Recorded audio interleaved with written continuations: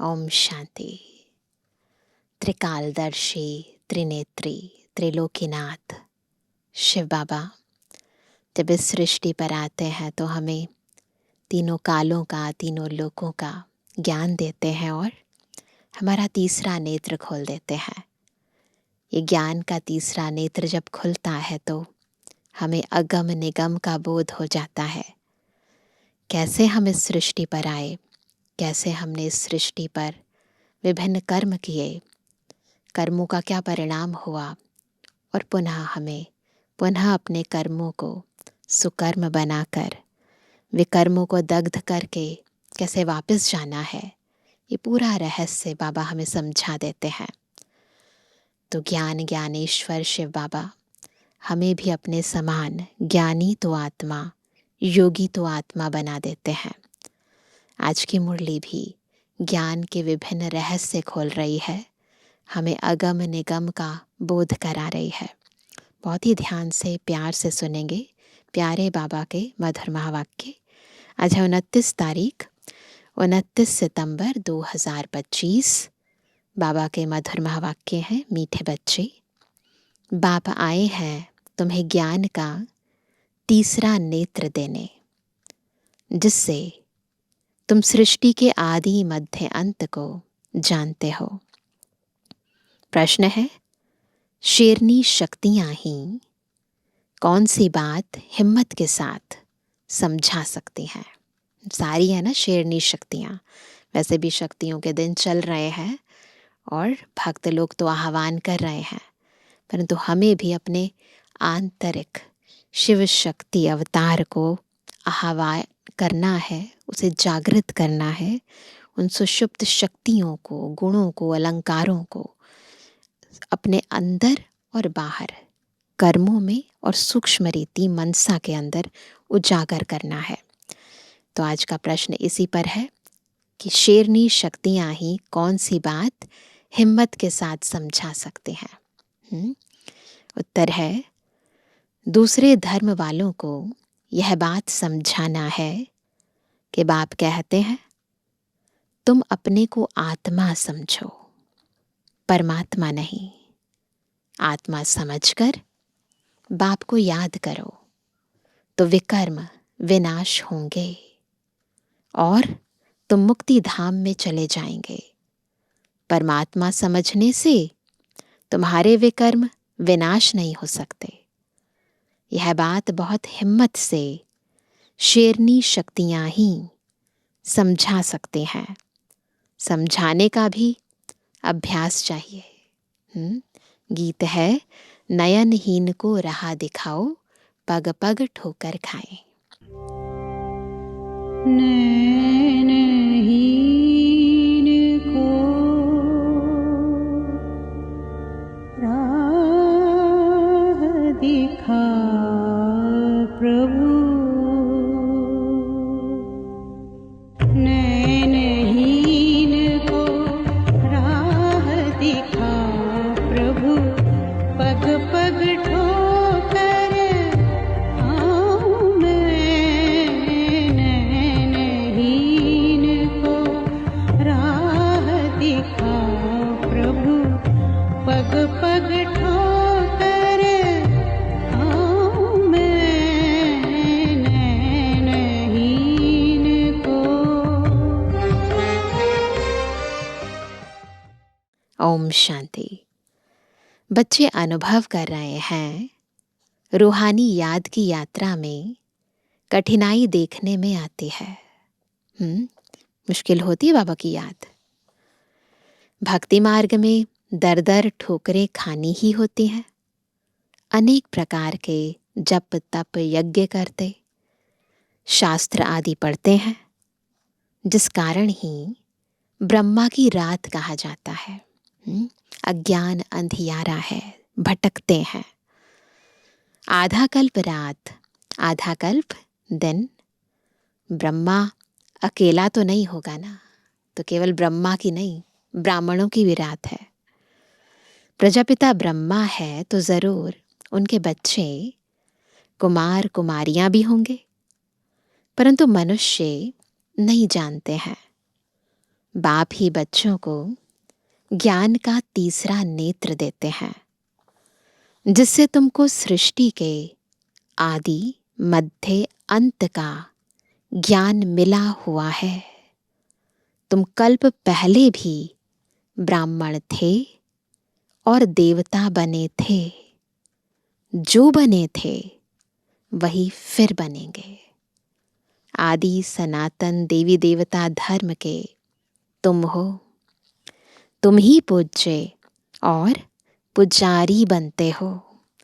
अंग्रेजी में पूज्य को वर्शिप वर्दी और पुजारी को वर्शिपर कहा जाता है। भारत ही आधा कल्प पुजारी बनता है। आत्मा मानती है हम पूज्य थे, फिर हम ही पुजारी बने हैं। पूज्य से पुजारी फिर पूज्य बनते हैं। बाप तो पूज्य पुजारी नहीं बनते।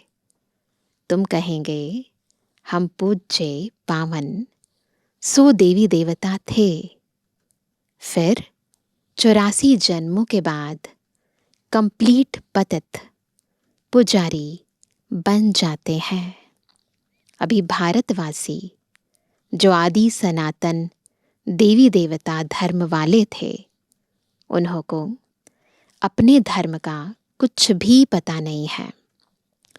तुम्हारी इन बातों को सब धर्म वाले नहीं समझेंगे। जो इस धर्म के कहाँ कन्वर्ट हो गए होंगे वही आएंगे। ऐसे कन्वर्ट तो बहुत हो गए हैं। बाप कहते हैं जो शिव और देवताओं के पुजारी हैं उनको सहज है। अन्य धर्म वाले माथा खपाएंगे। जो कन्वर्ट होगा उनको टच होगा और आकर समझने की कोशिश करेंगे। नहीं तो मानेंगे नहीं। पता चल जाता है ना कि कौन इस धर्म के हैं, उनको अपने आप टच होगा। आर्य समाजियों में से भी बहुत आए हुए हैं। सिख लोग भी आए हुए हैं। आदि सनातन देवी देवता धर्म वाले जो कन्वर्ट हो गए हैं उनको अपने धर्म में जरूर आना पड़ेगा। झाड़ में भी अलग अलग सेक्शन हैं, फिर आएंगे भी नंबरवार। टाल टालियां निकलती रहेंगी। वह पवित्र होने कारण उन्हों का प्रभाव अच्छा निकलता है। जो नए नए धर्म आते हैं तो शुरू में पवित्र होते हैं तो उनका प्रभाव अच्छा निकलता है। इस समय देवी देवता धर्म का फाउंडेशन है नहीं, जो फिर लगाना पड़ता है। बहन भाई तो बनाना ही पड़े। हम एक बाप के बच्चे, सब आत्माएं भाई भाई हैं। पवित्रता मुख्य है ना इस धर्म में, इसलिए बनाना पड़ता है। फिर भाई बहन बनते हैं। अब जैसे कि नई सृष्टि की स्थापना हो रही है। पहले पहले है ब्राह्मण। नई सृष्टि की स्थापना में प्रजापिता ब्रह्मा तो जरूर चाहिए। ब्रह्मा द्वारा ब्राह्मण होंगे। इनको रुद्र ज्ञान यज्ञ भी कहा जाता है। इसमें ब्राह्मण जरूर चाहिए। प्रजापिता ब्रह्मा की औलाद जरूर चाहिए। वह है ग्रेट ग्रेट ग्रैंडफादर। ब्राह्मण है पहले नंबर में चोटी वाले। आदम बीबी एडम ईव को मानते भी हैं। इस समय तुम पुजारी से पूज्य बन रहे हो। तुम्हारा सबसे अच्छा यादगार मंदिर कौन सा है? दिलवाड़ा मंदिर है। नीचे तपस्या में बैठे हैं, ऊपर में राजाई, और यहाँ तुम चैतन्य में बैठे हो। पांडव भवन में ये महावाक्य उच्चारित किए गए तो वह कहते यहाँ तुम चैतन्य में बैठे हो। यह मंदिर खलास हो जाएंगे, फिर भक्ति मार्ग में बनेंगे। तुम जानते हो अभी हम राजयोग सीख रहे हैं, फिर नई दुनिया में जाएंगे। वह जड़ मंदिर, तुम चैतन्य में बैठे हो। मुख्य मंदिर यह ठीक बना हुआ है, स्वर्ग को नहीं तो कहाँ दिखाएं, इसलिए छत में स्वर्ग को दिखाया है, ऊपर दिखाना है ना, इसलिए इस पर बहुत अच्छा समझा सकते हो। बोलो, भारत ही स्वर्ग था, फिर अब भारत नर्क है। इस धर्म वाले झट समझेंगे। हिंदुओं में भी देखेंगे तो अनेक प्रकार के धर्मों में जाकर पड़े हैं।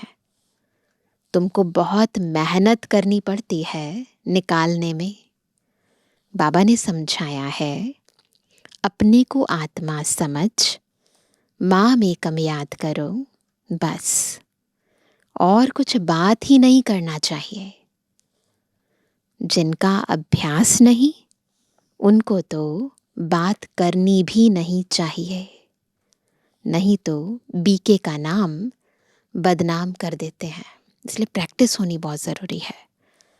अगर दूसरे धर्म वाले हैं तो समझाना चाहिए कि यदि तुम मुक्ति धाम में जाना चाहते हो तो अपने को आत्मा समझो, बाप को याद करो। बहुत ध्यान से, सलीके से, उनका आदर करते हुए समझाना ज़रूरी है। अपने को परमात्मा नहीं समझो, अपने को आत्मा समझ, बाप को याद करेंगे तो तुम्हारे जन्म जन्मांतर के पाप कट जाएंगे और मुक्ति धाम में चले जाएंगे। तुम्हारे लिए यह मनमना भव का मंत्र ही बस है, यह मुख्य इम्पोर्टेंट बात। परंतु बात करने की हिम्मत चाहिए। शेरनी शक्तियाँ ही सर्विस कर सकती हैं। तो कौन है शेरनी शक्तियाँ?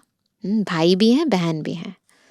सन्यासी लोग बाहर में जाकर विलायत वालों को ले आते हैं कि चलो तुमको स्पिरिचुअल नॉलेज देवें।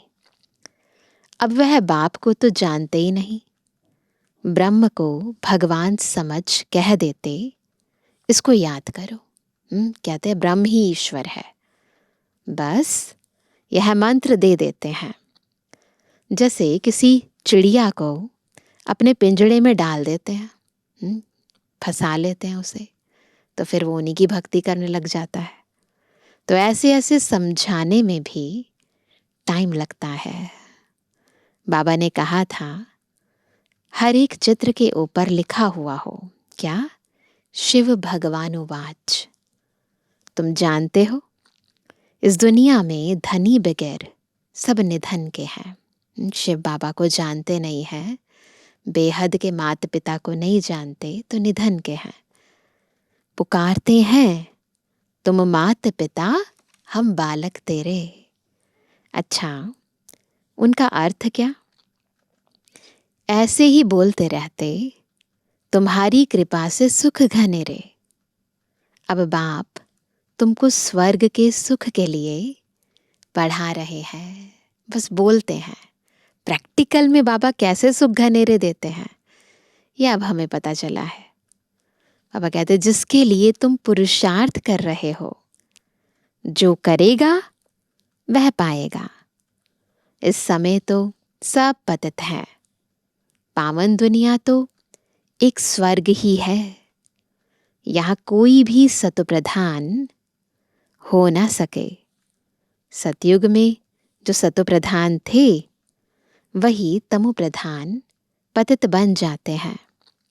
क्राइस्ट के पिछाड़ी जो उनके धर्म वाले आते हैं, वह तो पहले सतोप्रधान होंगे ना।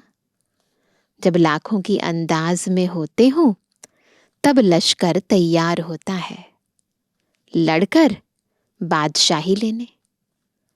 उनको सुख भी कम तो दुख भी कम। तुम्हारे जैसा सुख तो किसको मिल ना सके। इतना ज्यादा सुख, जहाँ दुख का नाम भी ना हो, वो तो किसी को भी नहीं मिलता। तुम अभी तैयार हो रहे हो, किसके लिए? सुख धाम में आने के लिए। बाकी सब धर्म कोई स्वर्ग में थोड़ी आते हैं। भारत जब स्वर्ग था तो उन जैसा पावन खंड कोई होता नहीं। जब बाप आते हैं तब ही ईश्वरीय राज्य स्थापन होता है। वहां लड़ाई आदि की बात ही नहीं। लड़ना झगड़ना तो बहुत पीछे शुरू होता है। ऐसा नहीं द्वापर शुरू होता है और लड़ना झगड़ना शुरू हो जाता है, नहीं, वो भी बाद में होता है। भारतवासी इतना नहीं लड़े हैं, थोड़े आपस में लड़कर अलग हो गए हैं। द्वापर में एक दो पर चढ़ाई करते हैं। यह चित्र आदि बनाने में भी बड़ी बुद्धि चाहिए। यह भी लिखना चाहिए कि भारत जो स्वर्ग था सो फिर नर्क जैसा कैसे बना है, आकर समझो। पता होना चाहिए न कैसे भारत परिवर्तित हुआ, कैसे सोने की चिड़िया लोहे की चिड़िया बन गई। भारत सदगति में था, अब दुर्गति में है। अब सदगति को पाने के लिए बाप ही नॉलेज देते हैं। मनुष्यों में यह रूहानी नॉलेज होती नहीं, यह होती है परमपिता परमात्मा में। बाप यह नॉलेज देते हैं आत्माओं को। बाकी तो सब मनुष्यों को ही देते हैं। शास्त्र भी मनुष्यों ने लिखे हैं, मनुष्यों ने पढ़े हैं। यहाँ क्या खास बात है? यहाँ तो तुम्हें रूहानी बाप पढ़ाते हैं और रूह पढ़ती है। पढ़ने वाली तो आत्मा है ना, वह लिखने और पढ़ने वाले मनुष्य ही हैं। परमात्मा को तो शास्त्र आदि पढ़ने की दरकार नहीं। बाप कहते हैं इन शास्त्रों आदि से किसकी भी सदगति हो नहीं सकती। मुझे ही आकर सबको वापस ले जाना है। अभी तो दुनिया में करोड़ों मनुष्य हैं। सतयुग में जब इन लक्ष्मी नारायण का राज्य था तो वहां 9 लाख होते हैं। बहुत छोटा झाड़ होगा। फिर विचार करो, इतनी सब आत्माएं कहाँ गई? ब्रह्म में व पानी में तो नहीं लीन हो गई ना, है ना? ब्रह्म में तो नहीं लीन हुई ना। पानी में जो कहते हैं ना, पानी का बुदबुदा है ना समा गया, तो ऐसा भी नहीं है। तो बाबा कहते हैं ब्रह्म में व पानी में तो नहीं लीन हो गई। वह सब मुक्ति धाम में रहते हैं। हर एक आत्मा अविनाशी है, उनमें अविनाशी पाठ नोंधा हुआ है जो कभी मिट नहीं सकता। आत्मा विनाश हो ना सके। आत्मा तो बिंदी है, बाकी निर्वाण आदि में कोई भी जाता नहीं। सबको पाठ बजाना ही है। जब सब आत्माएं आ जाती हैं तब मैं आकर सबको ले जाता हूँ। पिछाड़ी में है ही बाप का पाठ। नई दुनिया की स्थापना, फिर पुरानी दुनिया का विनाश। यह भी ड्रामा में नोंद है। तुम आर्य समाजियों के झुंड को समझाएंगे तो उसमें जो कोई इस देवता धर्म का होगा उनको टच होगा। बरोबर, यह बात तो ठीक है। परमात्मा सर्वव्यापी कैसे हो सकता? भगवान तो बाप है, उनसे वर्षा मिलता है। कोई आर्य समाजी भी तुम्हारे पास आते हैं ना, उनको ही सैपलिंग कहा जाता है। तुम समझाते रहो, फिर तुम्हारे कुल का जो होगा वह आ जाएगा। भगवान बाप ही पावन होने की युक्ति बताते हैं। भगवान वाच मामेकम याद करो। एक ही तरीका है, एक शिव बाबा को याद करो। मैं पतित पावन हूँ। मुझे याद करने से तुम्हारे विकर्म विनाश होंगे और मुक्ति धाम में आ जाएंगे। यह पैगाम सब धर्म वालों के लिए है। बोलो, बाप कहते हैं, देह के सब धर्म छोड़ मुझे याद करो तो तुम तमु प्रधान से सतु प्रधान बन जाएंगे। मैं गुजराती हूँ, फलाना हूँ, यह सब छोड़ो। अपने को आत्मा समझो और बाप को याद करो। यह है योग अग्नि। संभाल कर कदम उठाना है। सब नहीं समझेंगे। बाप कहते हैं, पतित पावन मैं ही हूं। तुम सब हो पतित। निर्वाण धाम में भी पावन होने बगैर आ न सके। रचना के आदि मध्य अंत को भी समझना है, पावन भी होना है और ज्ञान भी समझना है। पूरा समझने से ही ऊंच पद पाएंगे। थोड़ी भक्ति की होगी तो थोड़ा ज्ञान समझेंगे। बहुत भक्ति की होगी तो बहुत ज्ञान उठाएंगे। बाप जो समझाते हैं उसको धारण करना है। वानप्रस्थियों के लिए और ही सहज है। गृहस्थ व्यवहार से किनारा कर लेते हैं। वानप्रस्थ अवस्था 60 वर्ष के बाद होती है। गुरु भी तब करते हैं। आजकल तो छोटेपन में ही गुरु करा देते हैं। नहीं तो पहले बाप, फिर टीचर, फिर 60 वर्ष के बाद गुरु किया जाता। पहले तो ऐसे ही होता था। सदगति दाता तो एक ही बाप है। यह अनेक गुरु लोग थोड़ी ही हैं। गुरु सदगति नहीं करते, सतगुरु सदगति करते हैं। यह तो सब पैसे कमाने की युक्तियां हैं। सतगुरु है ही एक, सबकी सदगति करने वाला। बाप कहते हैं, मैं तुमको सब वेदों शास्त्रों का सार समझाता हूं। यह सब है भक्ति मार्ग की सामग्री। सीढ़ी उतरना होता है। ज्ञान, भक्ति, फिर भक्ति का है वैराग्य। ऐसे चलता है। पहले ज्ञान आधा कल्प, फिर भक्ति होती है और फिर भक्ति का भी वैराग्य हो जाता है। जब ज्ञान मिलता है तभी भक्ति का वैराग्य होता है। इस पुरानी दुनिया से तुमको वैराग्य होता है। बाकी दुनिया को छोड़ कहाँ जाएंगे ना। दुनिया को छोड़कर कोई दूसरी दुनिया में तो जाएंगे नहीं। मन बुद्धि से वैराग्य करते हैं। तुम जानते हो यह दुनिया ही खत्म होनी है। इसलिए अब बेहद की दुनिया का संन्यास करना है। पवित्र बनने बगैर घर जा न सके। पवित्र बनने के लिए याद की यात्रा चाहिए। भारत में रक्त की नदियां होने के बाद फिर दूध की नदियां बहेंगी। बाबा ये सारी बातें क्यों बताते हैं? ताकि हमें वैराग्य होने लगे। विष्णु को भी क्षीर सागर में दिखाते हैं।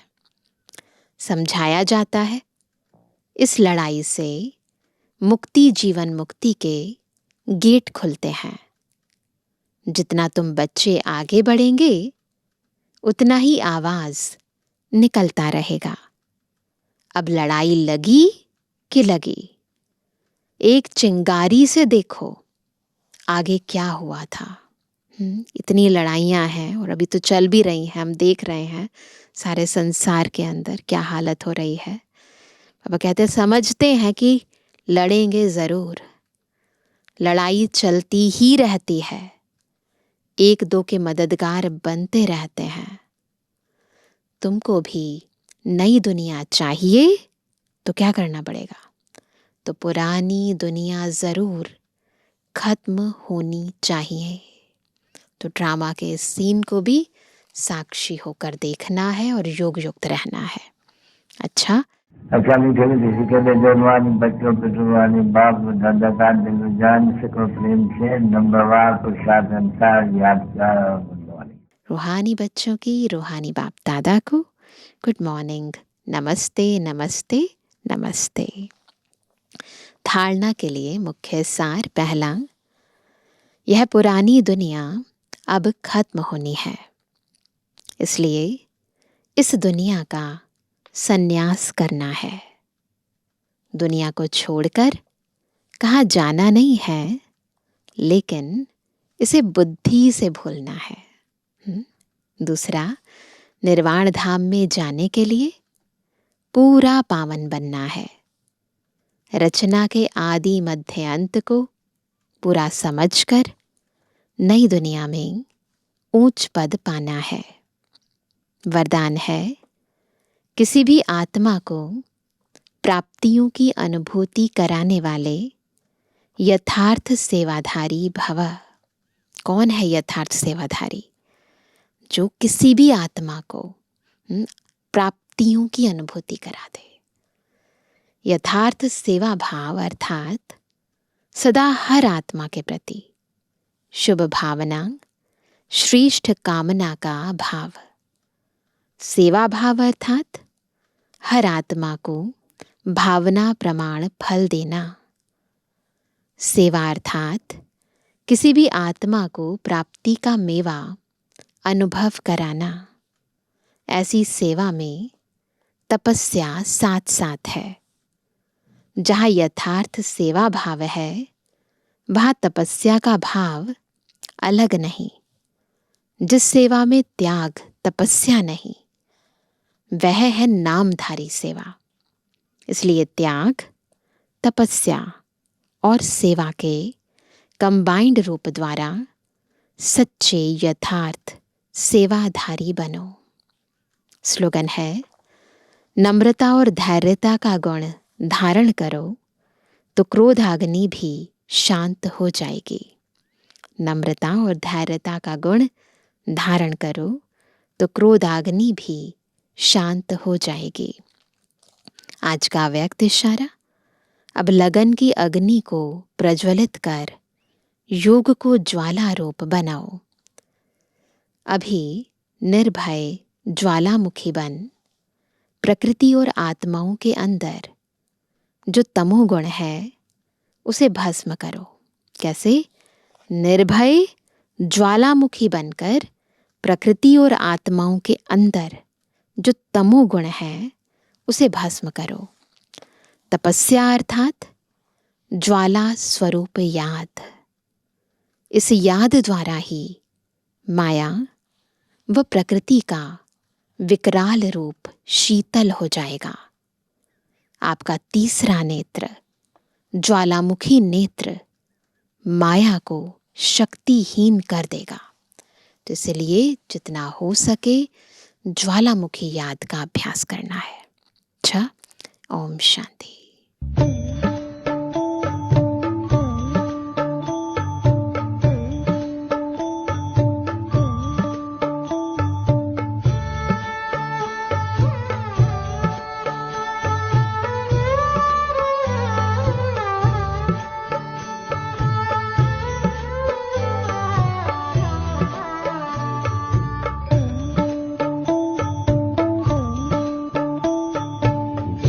करता है बाबा हम पास तेरे उड़ आए, पास तेरे उड़ आए।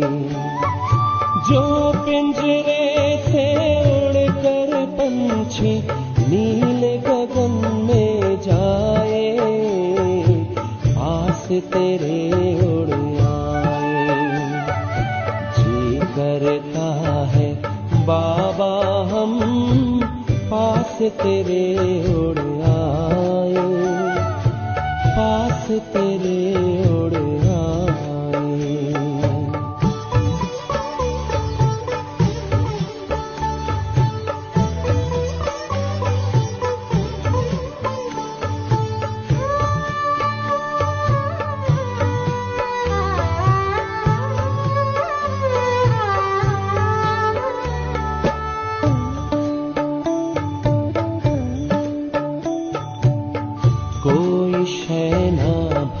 आती है अब याद घर की आती है, करे इशारा किरण तुम्हारी जैसे हमें बुलाती है। तेरी याद में समा के हम तो तुम सा ही बन जाए, पास तेरे उड़ आए, पास तेरे उड़ आए।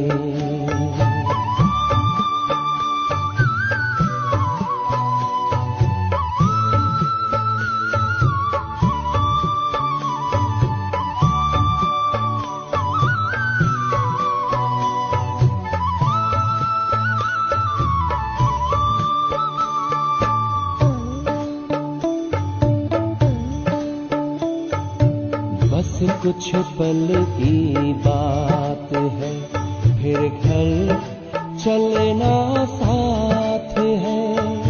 हाथ में हाथ तुम्हारे बाबा, प्यार की बरसात है। संगम युग में संग में तेरे हर पल मिलन मनाए,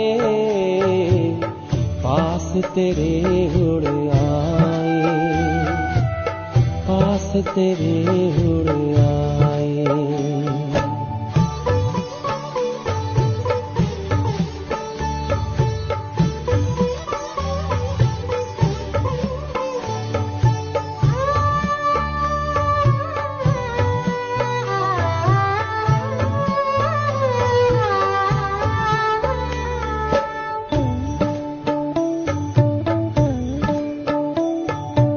अंबर से भी पार है, मणियों का गार है। परम शांति विश्राम यहाँ पर, ज्योति का भंडार है। परमानंद सुधा नैनों से वसुधा पर छलकाए, पास तेरे उड़ आए। जी करता है बाबा हम पास तेरे उड़ आए, पास तेरे उड़ आए। जो पिंजरे से उड़कर पंछी नील गगन में जाए, पास तेरे उड़ आए। जी करता है बाबा हम पास तेरे उड़ आए।